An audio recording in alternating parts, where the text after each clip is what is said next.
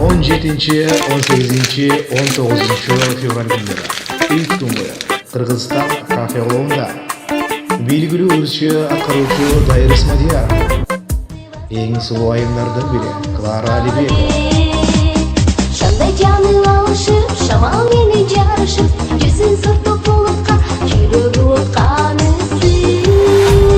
Moskva şaharındагы мекендештер үчүн Атамекенди коргоочулар күнүнө карата чоң программадагы шоу концерти тартуулашат.